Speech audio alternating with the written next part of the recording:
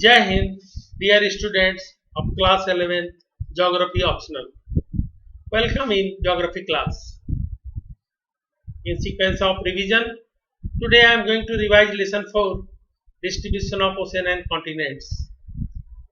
We have discussed about the continental drift theory, convectional current theory, seafloor spreading concept. We have discussed about the plate tectonics. So some of the important things I am going to discuss today, it is from the continental drift theory. Have you any time observed the world map? You can see that some of the continents can be taken close to each other and they are fit with each other perfectly. You will be surprised by symmetry of the coastline on either side of the ocean, especially Atlantic Ocean. No wonder many scientists thought of this similarity and considered the possibility of the two Americas, Europe and Africa, to be one joined together. From the known record of the history of science, it was Abraham Ortelius. Listen the name carefully. It was Abraham Ortelius, a Dutch mapmaker, who first proposed such a possibility as early in 1596. सबसे पहले Abraham ऑर्टिलियस ने इस तरह की संभावना व्यक्त की कि इस तरह से तीनों कॉन्टिनेंट को जोड़ा जा सकता है. Then Antonio Pellegrini drew a map. फिर एंटोनियो पेलेग्रिनी ने एक मैप बनाया showing the three continents together. But it was Alfred Wegener, a German meteorologist. Alfred Wegener क्या थे? जर्मनी के एक मौसम वैज्ञानिक थे. German meteorologist who put forth a comprehensive argument in the form of the continental drift theory in 1912.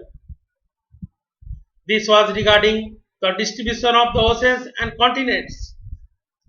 उन्होंने imagine किया कि वर्ल्ड में या तो किसी पर्टिकुलर स्थान का, सपोज करो एशिया का क्लाइमेट बदल गया या एशिया सड़क के कहीं और अर्थ के दूसरे पार्ट में चला गया, इसी तरह कॉन्टिनेंट खिसक के कहीं और चले गए, इसकी वजह से क्लाइमेटिक चेंज हुआ या तो क्लाइमेट ऑटोमेटिकली चेंज हो गया. Finally he found that it was actually due to the drifting of continents. So he has put forward the theory of the continental drift in 1912. According to Wegener, all the continents form a single continental mass and mega ocean surrounded the same. Alfred Wegener ने मान लिया कि सबसे पहले एक super continent था और एक ही वाटर बॉडी थी. The super continent was named as Pangaea. Spelling याद रखना. The super continent was named as Pangaea. MCQ में क्वेश्चन आएगा. मान लो which one of the following was termed as super continent? Pangea, P-A-N-G-A-E-A, Pangea, which means all earth. ये भी हो सकता है क्वेश्चन आ जाए. Pangea means all earth. The mega ocean was called Panthalassa, meaning all water. He argued that around 200 million years ago, the supercontinent Pangea began to split. उन्होंने माना लगभग 200 million साल पहले पेंजिया टूटना शुरू हुआ.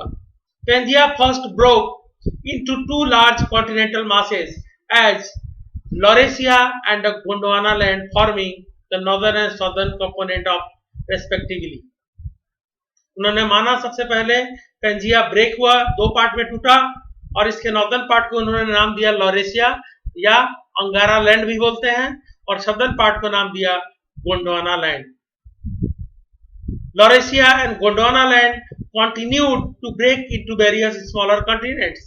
और धीरे धीरे ये लॉरेशिया और गोंडवाना लैंड छोटे छोटे टुकड़ों में बढ़ते गए, ऐसा वेगनर का मानना था.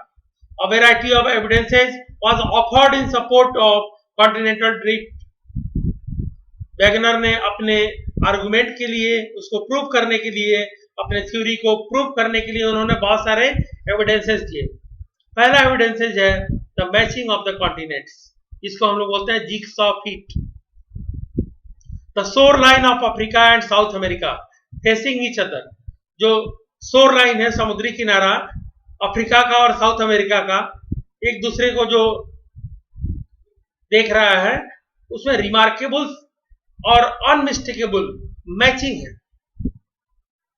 It may be noted that a map produced using a computer program to find the best fit of Atlantic margin was presented by Ballard in 1964.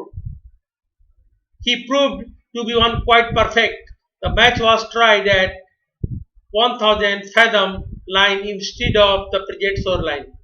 और बुलार्ड ने जो मैप तैयार किया वो समुद्र में एक्चुअल शोर लाइन से 1000 फैदम अंदर, समुद्र में डिस्टेंस नापने के लिए फैदम, नॉटिकल माइल, ये सब यूनिट यूज की जाती है, उसकी दूरी से बनाया था। और ये रिमार्केबल, बिल्कुल अनमिस्टेकेबल मैच हुआ वहां पे। वैगनर का दूसरा एविडेंस था rocks of same age across the oceans. The radiometric dating methods developed in the recent period have facilitated correlating the rock formation from different continents across the vast oceans. The belt of ancient rocks of 2000 million years from Brazil coast matches with those of Western Africa. The earliest marine deposits along the coastline of South America and Africa are of the Jurassic age. These suggest that ocean did not exist prior to that time.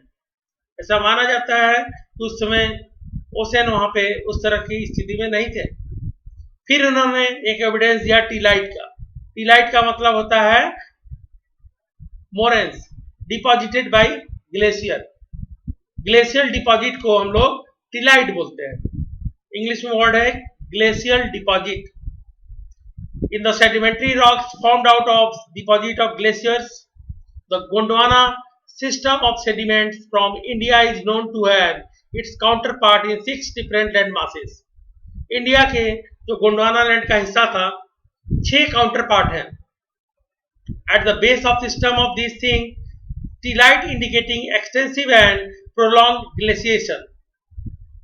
Counterparts of the Indian succession are found in Africa, Falkland Islands, Madagascar, Antarctica and Australia besides India. तो कौन से 6 हो गए? Africa, Falkland island, Madagascar, ये भी island है, Antarctica, Australia और India. ये 6 कभी गोंडवाना लैंड के हिस्सा हुआ करते थे, बाद में अंटार्कटिका भी इसमें जोड़ा गया। Overall resemblance of the Gondwana land type of sediments clearly demonstrate that these land masses had remarkably similar history. ये जितने भी लैंड मासेज है सबकी सिमिलर हिस्ट्री है। Which history we are talking about? Geological history. Geological history, it means the formation of them. The glacial tillite provides unambiguous evidence of paleoclimates and so also of drifting of continents। और टीलाइट से show भी होता था कि continent drifting की वजह से ऐसा हुआ है, कॉन्टिनेंट के विचलन यानी कॉन्टिनेंट के फिसलने की वजह से ऐसा हुआ है। फिर उन्होंने एग्जाम्पल दिया प्लेसर डिपॉजिट्स का। क्लास 10 में पढ़े हो ना मिनरल्स में, placer deposits. The occurrence of rich placer deposits of gold in the Ghana coast and the absolute absence of source rock in the region is amazing fact. The gold bearing veins in Brazil and it is obvious that gold deposits of Ghana are derived from the Brazil plateau when the two continents lay side by side. अब घाना में gold है, deposition उसका है, लेकिन उसको मिलने वाला जो वीन्स होता है और लोड्स वो कहाँ पे है? साउथ अमेरिका, ब्राजील में। तो कभी दोनों कॉन्टिनेंट साइड बाई साइड रहे होंगे। फिर इन्होंने एग्जाम्पल दिया distribution of fossils, dead remains of plants and animals. When identical species of plants and animals adapted to living on land on in fresh water are found on either side of marine barriers, a problem arises regarding accounting of such distribution. यहाँ पे basically बात क्या है वो ध्यान से सुनो। The observation that lemurs occur in India, lemur, it is a type of monkey, occur in India, Madagascar and Africa led some to consider a contiguous landmass. Lemur Bharat में मिलते हैं, मेडागास्कर में मिलते हैं, अफ्रीका में मिलते हैं। तो माना गया कि ये जब जानवर तीनों जगह मिल रहे हैं, एक कॉन्टिजियस लैंडमास था जिसका नाम वैगनर ने लेमुरिया रखा। क्या नाम रखा? Lemuria. Linking these three land masses. Mesosaurus was a small reptile adapted to shallow brackish water. Mesosaurus पाए जाते थे कम गहराई वाले समुद्र में, ब्रैकिश वाटर माने salty water. The skeleton of these are found only in two localities, the Southern Cape province of South Africa and Irauer formation of Brazil. The two localities presently are about 4,800 kilometre apart. लेकिन ये जहाँ पे मेसासोरस का ये skeleton मिल रहा है, अब आज की डेट में लगभग 5,000 किलोमीटर दूर है। कभी साइड बाई साइड रहे होंगे। Then Wagner has given evidence regarding the force of drifting. आखिर ये महाद्वीप, अगर वैगनर ने मान लिया था कि महाद्वीप सरकते हैं, तो उन्होंने इसको सरकने का कारण बताने के लिए फोर्स भी बताना जरूरी था। So Wegener has suggested some of the forces called force of drifting. He suggested that the movement of responsible for the drifting of the continents was caused by two forces, first the pole fleeing and second the tidal force. The polar fleeing or pole fleeing force is related to the rotation of the earth. You are aware of the fact that the earth is not a perfect sphere. Earth का perfect shape क्या है? Being a geography student you must know. Geoid. क्या है? Sphere नहीं है। Perfect shape of earth क्या है? Geoid. Bulging at the equator. Equator के पास बाहर उभरा हुआ है। It has a bulge on equator, that is why it is not a perfect sphere, it is geoid. The bulge is due to rotation of the earth. The second force that was suggested by Wegener, the tidal force, is due to the attraction of moon and the sun that develops tides in oceanic waters. Wegener believed that these forces would become effective when applied over million of years. उन्होंने माना इन दो forces जो उन्होंने suggest किया, because of these two forces over million of years it happens continents have drifted. However most of the scholar considered these forces to be totally inadequate. लेकिन mostly other scientist ने बोला ये forces considerable नहीं है और ये इतना continental drift के लिए रिस्पॉन्सिबल नहीं हो सकते हैं, क्योंकि वैगनर का थ्योरी आया था 1912 में, 1912। उस समय पोस्ट ड्रिफ्ट स्टडीज हुई नहीं थी। आफ्टर वॉर, जब वॉर खत्म हुआ, सेकेंड वर्ल्ड वॉर, उसके बाद एक थ्योरी आई convectional current theory by the Arthur Holmes in 1930। He discussed the possibility of convection currents operating in the mantle portion. Actually lithosphere word हम लोग बार बार यूज करते हैं ना। लिथोस्फीयर क्या है? The entire crust and the top mental. Mental का top और पूरा का पूरा क्रस्ट, इसको मिला के बोलते हैं lithosphere. These currents are generated due to radio active elements causing thermal differences in mantle portion. इस मेंटल पोर्शन के टॉप पे लगभग 400 किलोमीटर गहराई में बहुत अधिक टेम्परेचर है रेडियो एक्टिव एलिमेंट्स की वजह से, और यहाँ पे हर चीज मेल्टिंग है और इसके वजह से यहाँ पे मैग्मा का सोर्स बनता है। Holmes argued that exist a system of such currents in entire mantle portion. उन्होंने कहा कि इंटायर मेंटल पोर्शन में इस तरह के करेंट्स हैं। कन्वेक्शनल करंट ऑफ मैग्मा इसको बोलते हैं। इसमें मैग्मा गर्म चीज है जो ऊपर उठ के क्रस्ट के बाहर आने की कोशिश करती है। जब ठंडी होती है तो सिंक होके नीचे जाती है और उसकी जगह गर्म मैग्मा ऊपर आ जाती है। तो साइक्लिक मोशन में मैग्मा ऊपर और नीचे होती रहती है और धीरे धीरे क्रस्ट को टीयर करती रहती है। टीयर करते करते तोड़ देती है इसको कई पार्ट में। तो आज की डेट में हमारे पास 7 मेजर और सम माइनर प्लेट्स हैं। ये कैसे बने? Due to the convectional current of magma, that is the up and down movement of the convectional current of magma.